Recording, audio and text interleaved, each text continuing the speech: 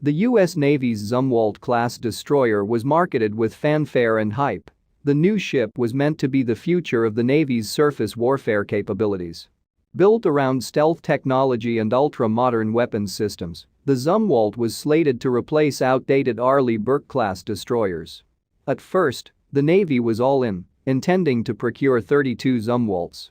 But as the F-22, F-35, or Ford-class carrier developers could tell you, designing new, groundbreaking weapons platforms doesn't always go as planned.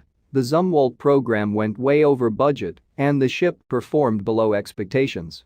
Naturally, the Navy withdrew their support for the overpriced, underperforming vessel. The Navy asked Congress to please stop buying the Zumwalt. Instead, the Navy wanted to stick with what they knew, with what had proven itself, the Arleigh-Burke destroyers, that the Zumwalt was meant to replace. Congress agreed. Only 3 of the 32 planned Zumwalts were ever delivered to the Navy. For all the faults of the Zumwalt, the program can't be faulted for its ambition. The designers really went for it, packing the new ship with innovative tech. First of all, the Zumwalt was a stealth ship with low radar observability. Actually, the Zumwalt, which is about 40% bigger than the Arleigh-Burke, has a drastically smaller radar cross-section, RCS. The Zumwalt's RCS is about the size of a fishing boat. The secret to the Zumwalt's low RCS is in the hull specifications. The ship's hull actually grows narrower above the waterline in what is known as a tumbleham style. The tumbleham harkens back to wooden warships, which often relied on the unique structure. Tumblehams even had a brief spike of popularity in the late 19th century, with steel warships. But the Russo-Japanese War, in which the Russians lost 3 tumbleham battleships, spooked shipbuilders from relying on the tumbleham style.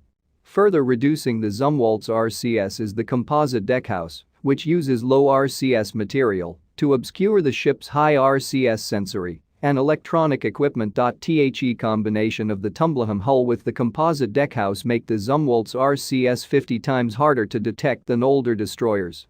Additionally, the Zumwalt was built with a low acoustic signature, making it about as quiet as the especially stealthy Los Angeles-class submarine.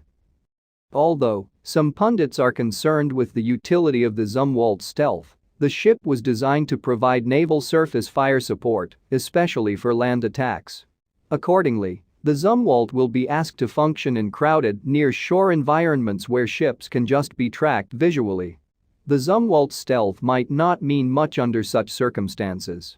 Additionally, the Zumwalt was built to fire its sizable weapons load, and once the ship is firing, its stealth properties will be compromised. Indeed, the Zumwalt was impressively outfitted with advanced weaponry. The ship was built to provide fire support after all. Specifically for the Zumwalt, BAE built the Advanced Gun System, AGS. And again, specifically for the Zumwalt, Lockheed Martin built the Long-Range Land Attack Projectile, LRLAP, as ammunition for the AGS.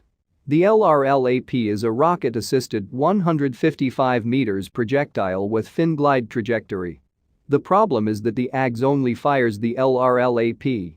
And the Navy cancelled its order for the LRLAP. Which means the AGS does not have any ammunition.